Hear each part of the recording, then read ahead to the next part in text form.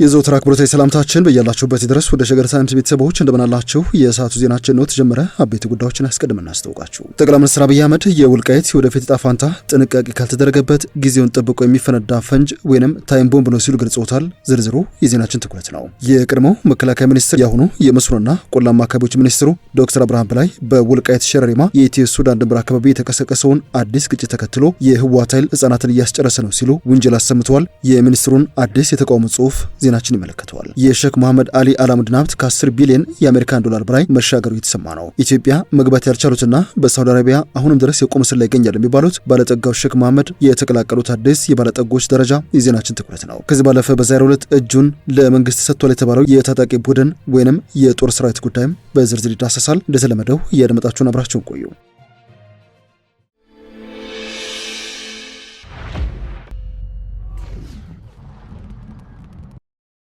ወደ ቀዳሚ ጉዳያችን እናምራ። የቀድሞ መከላከያ ሚኒስትር ያሁኑ የመስኖና ቆላማ አካባቢዎች ሚኒስትሩ ዶክተር አብርሃም በላይ በኢትዮጵያና በሱዳን ድንበር አካባቢ ሸረሪማ ላይ ስለተቀሰቀሱ አዲስ ግጭት ዝምታቸውን ሰብረዋል። ዶክተር አብርሃም በላይ ዳግም የተቀሰቀሰውን ግጭት የተቃወሙ ሲሆን ጦርነቱ እንዲቆምም አስቸኳይ ጥሪ አቅርበዋል። በኢትዮጵያና ሱዳን ድንበር አካባቢ በተለይም የህወሓት አርሚ ሰባ የተባለው ኃይል ሰፍሮበት የነበረው ሸረሪማ አካባቢ ዳግም ግጭት መከሰቱን ተከትሎ የመስኖና ቆላማ አካባቢዎች ሚኒስትሩ ዶክተር አብርሃም በላይ ተቃውሞ ያሰሙ ሲሆን የትግራይ ወጣቶችና ህጻናት ለጦርነት መማገናቸው ሊቆም ይገባል ሲሉ አሳስበዋል። ሚኒስትሩ በማህበራዊ ትስስር ገጻቸው ባሰፈሩት መልእክት የህወሓት አመራር እድሜውን ለማራዘም የትግራይ ወጣቶችንና ህጻናትን ዓላማ ወደ ሌላው ጦርነት እየከተተ ስለመሆኑ ገልጸው ይህ ተግባር በአስቸኳይ ሊቆም እንደሚገባ ነው የጠየቁት። ሚኒስትሩ በሸረሪማ አቅጣጫ የተጀመረው ግጭት የትግራይን ወጣቶች የሚያውቁትና ዓላማ ወደ ሌላው ጦርነት የሚያስገባ መሆኑን ጠቅሰው ይህ ካልቆመ በክልሉ የከፋ ውጤት እንደሚያስከትልና ለመጪው ትውልድ የማይመለስ ጉዳት ሊያደርስ እንደሚችል ያስጠነቀቁት ሚኒስትሩ በዚህ መልእክታቸው የሚደግፉና ኃይሎች አሉ በሚል እምነት ወጣቶችን ወደ ጦርነት መላክ ተገቢ እንዳልሆነ ገልጸው በህጻናትና ወጣቶች ህይወት ላይ የሚወሰኑ እንደዚህ አይነት ውሳኔዎች ሊቆሙ ይገባል ባይ ናቸው። ሚኒስትሩ አክለውም የፖለቲካና የጸጥታ ጉዳዮች መፍትሄ የሚያገኙት በሰላማዊ ውይይት እንጂ በጦርነት አይደለም። በዚህ መነሻ ሁሉም የሰላም ወዳዳሪዎች ጦርነት ይብቃ በማለት ለሰላም እንዲቆም ነው ጥሪ ያቀረቡት። ሚኒስትሩ መልእክታቸውን ሲደመደሙ ከጥፋትና ውድመት በፊት ወደ ሰላም መፍትሄ መመለስ የተሻለ አማራጭ መሆኑን ጠቅሰው የህዝብ ጥያቄዎች በጦርነት ሊፈቱ እንደማይችሉ አስገንዝበው በቃችሁ ሲሉ ጥሪ አስተላልፈዋል። ከሰሜን ምዕራብ የኢትዮጵያ ክፍል አልወጣንም። ጠቅላይ ሚኒስትር አብይ አህመድ የወልቃይት ወደፊት ዕጣ ፈንታ ጥንቃቄ ካልተደረገበት ጊዜውን ጠብቆ የሚፈነዳ ፈንጂ ወይንም ታይም ቦምብ ነው ሲሉ ገልጸውታል። ጠቅላይ ሚኒስትሩ እንዳሉት ከአማራ ክልል የሚዲያ ተቋም አሚኮ ጋራ በወቅታዊ ፖለቲካና ኢኮኖሚያዊ ማህበራዊ ጉዳይ ዙሪያ ቃለ ምልልስ ባደረጉበት የመጀመሪያው ክፍል ነው። ጠቅላይ ሚኒስትሩ በትናንት ምሽት በተላለፈው በዚህ ቃለ ምልልሳቸው ወልቃይትን አስመልክቶ በሰጡት ማብራሪያ በአማራና በትግራይ ክልሎች መካከል ለረጅም ጊዜ አከራካሪ ሆኖ የቆየውን የወልቃይት ወሰንና ማንነት ጥያቄ በተመለከተ ምላሽ ሰጥተዋል። ጠቅላይ ሚኒስትሩ በምላሻቸው በጉዳዩ ላይ ሁሉም ክልሎች የየራሳቸው ጥያቄና ቅሬታ እንዳላቸው አንስተዋል። በትግራይ ክልል በኩል ቦታው በህገ መንግስታዊ ስሪቱ በትግራይ ስር የነበረና በጦርነት ምክንያት ያጣነው በመሆኑ ሊመለስልን ይገባል የሚል ጥያቄ እንደሚያነሱ ጠቁመዋል። በአማራ ክልል በኩል ደግሞ ቦታው በህግ አግባብና በተሟላ መንገድ ወደ አማራ ክልል መመለስ ሲገባው የፌዴራል መንግስት አልመለስም የሚለው ቀሳ እንደሚሰነዝር ነው ያብራሩት። ይሁን እንጂ የፌዴራል መንግስት እጁን ቢያወጣ በኃይልም ቢሆን እናስመልሳለን የሚሉ አካላት እንዳሉ ጠቅሰው አንዱን ወገን ብቻ አስደስቶ ሌላኛውን ወገን በጥያቄ ውስጥ የሚተው ውሳኔ ዘላቂ ሰላም ለመጣ እንደማይችል ነው አጽንኦት የሰጡት። ለአጭር ጊዜ ፎይታና ደስታ ተብሎ የሚሰጥ ምላሽ መልሶ ግጭት የሚፈጠርና ጊዜ ጠብቆ የሚፈነዳ አደጋ ነው ሲሉ ማስገንዝበዋል። ጠቅላይ ሚኒስትሩ ሲቀጥሉ የመደመር መንግስት መርህ ሚዛናዊነትና ሙሉ እይታ መሆኑን ገልጸው ከዚህ ቀደም የነበረው የፌዴራል ስሪት በህዝቦች ፊት ውይይት ባለመደረጉ ምክንያት ጥያቄው ለረጅም ጊዜ ሊቀጥል መቻሉን ያመላከቱት። በዚህ መነሻ ዘላቂ መፍትሄ ለማምጣት በትዕግስት በውይይት በህግና ስርዓት የሁለቱንም ክልል ህዝቦች ኢትዮጵያን በመሆናቸው አሳምኖ በመሄድ መንገድ መፈታት እንዳለበት አሳስበዋል። የወልቃይትና መሰል የወሰን ጥያቄዎች በአሁኑ ወቅት እየተካሄደ ባለው ሀገራዊ ምክክር ውስጥ ሰፊ እየተደረጎባቸው ዘላቂ መፍትሄ ያገኛሉ ተብሎ ተስፋ እንደሚደረግና ጉዳዩን በአጭር ጊዜ ስሜት ከመጋለብ ይልቅ በትዕግስትና በሰላም መንገድ ማየት ብቸኛው አማራጭ ስለመሆኑ ነው ያመላከቱት።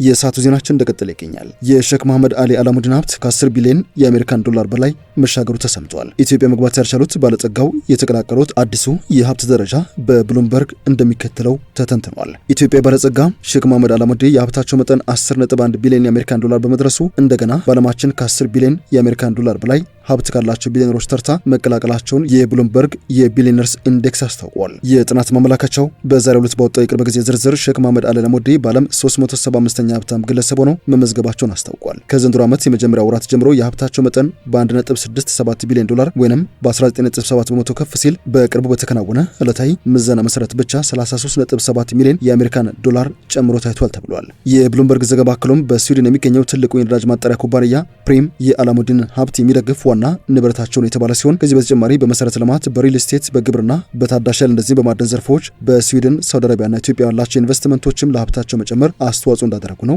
ይፋ ያደረገው። የሼክ አላሙዲን የንግድ ተቋማት አብዛኛው በሚድሮክ ግሩፕ ስር የተደራጁ ሲሆን ተቋሙ በወርቅ ማዕድን፣ በግብርና፣ በማኑፋክቸሪንግ፣ በግንባታ፣ በጤና፣ በሪል ስቴትና በኢነርጂ ዘርፎች ከፍተኛ ኢንቨስትመንቶች እንዳፈሰሱም አስታውቋል። በተለይም የኢትዮጵያ ትልቁ የንግድ ወርቅ አምራች የሆነው የሚድሮክ ጎልድ በዓለም ገበያ የወርቅ ዋጋ መጨመሩን ተከትሎ የአላሙዲን ሀብት እንዲጨምር ኩባንያቸው በእጅጉ ተጠቃሚ እንዲሆን ምክንያት ሆኗል ባይ ነው። ሼክ መሐመድ አሊ አላሙዲን በፈረንጆቹ 2017 በሳውዲ አረቢያ በተካሄደው የጸረ ሙስና ዘመቻ ጊዜ ከታሰሩ የሀገሪቱ ጉምቱ ባለሀብቶች መካከል አንዱ የነበሩ ሲሆን በቀጣዩ ዓመት ከስር ቢለቀቁም በንግድ ኢምፓየራቸው ላይ የነበረው አለመረጋጋት ለበርካታ ዓመታት በሀብታቸው ግምት ላይ ተጽዕኖ ማሳደሩን የብሉምበርግ ዘገባ አስታውሷል። ምንም እንኳን ብሉምበርግ የሀብታቸውን መጠን ከ10 ቢሊዮን የአሜሪካን ዶላር በላይ ቢገምትም በፎርብስ የዓለማችን የቢሊዮነሮች ዓመታዊ ዝርዝር ውስጥ ግን አልተካተቱም። ይህ ደግሞ ሁለቱ ተቋማት የሀብት ግምት የሚያደርጉበት የስሌት ዘዴ በመለያየቱ መሆኑ ተገልጿል። የወርቅና ሌሎች ሸቀጦች ዋጋ በዓለማችን ገበያ ከፍ ማለቱ እንደዚሁም የኢንዱስትሪ ንብረቶች ዋጋ መሻሻሉ በአላሙዲ ሀብት ማገገም ላይ አዎንታዊ አስተዋጽኦ ማድረጉ ተጠቁሟል። የሰዓቱ ዜናችን እንደቀጠለ ይገኛል። የዩጋንዳው ፕሬዝዳንት ዮዌሪ ሙሴቬኒ በአፍሪካ ህብረት የሰላም ማስከበር ተልዕኮ ስር ሶማሊያን የምንደግፈው ከኢትዮጵያ ጋር ያለንን አብሮነት ለማሳየት ነው ሲሉ ተደምጠዋል። የዩጋንዳ መሪ በካምፓላ በተካሄደ የአፍሪካ ህብረት የሶማሊያ ድጋፍና የመረጋጋት ተልዕኮ ወይም አውሶም ሰራዊት አዋጭ ሀገራት የመከላከያ ሚኒስትሮች አስቸኳይ ሁለተኛ ስብሰባ ላይ ባደረጉት ንግግር ነው። የቀጠናው ሀገራት የተለያዩ ቢሆኑም የዳበረ ታሪክ ግን ያላቸው መንግስታት ናቸው ሲሉ ገልጸዋል። ፕሬዝዳንቱ ሀገራቸው ዩጋንዳ ከሶማሊያ ጋር ድንበር ባትጋራ በሁለት መርሆች ምክንያት የወታደሮቿን ድጋፍ እያቀረበች እንደምትገኝ አብራርተዋል። እኛ የእስልምና ቡድኖችን ትምክተኝነት አንቀበልም ያሉት ሙሴቬኒ ሁለተኛ ምክንያታችን ለኢትዮጵያ አብሮነታችን ለማሳየት ነው። ምክንያቱም ኢትዮጵያ በካርቱምና በሶማሊያ በኩል ጥቃት እየደረሰባት ስለነበር ሲሉ ምክንያታቸውን አብራርተዋል።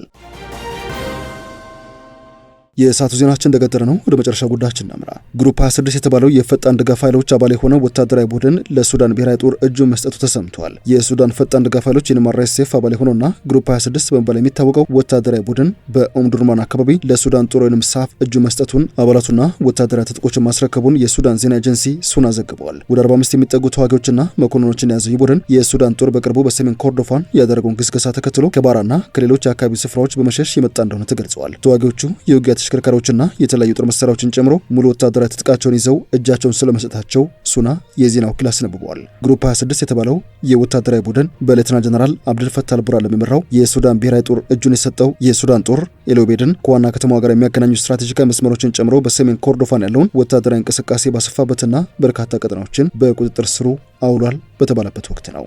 ወደ ሸገር ታይምስ ቤተሰቦች የሰዓቱ ዜናችን አበቃ። ስላደመጣችሁን አመሰገንን። በያላችሁበት ሰናይ ጊዜ ይሁንላችሁ።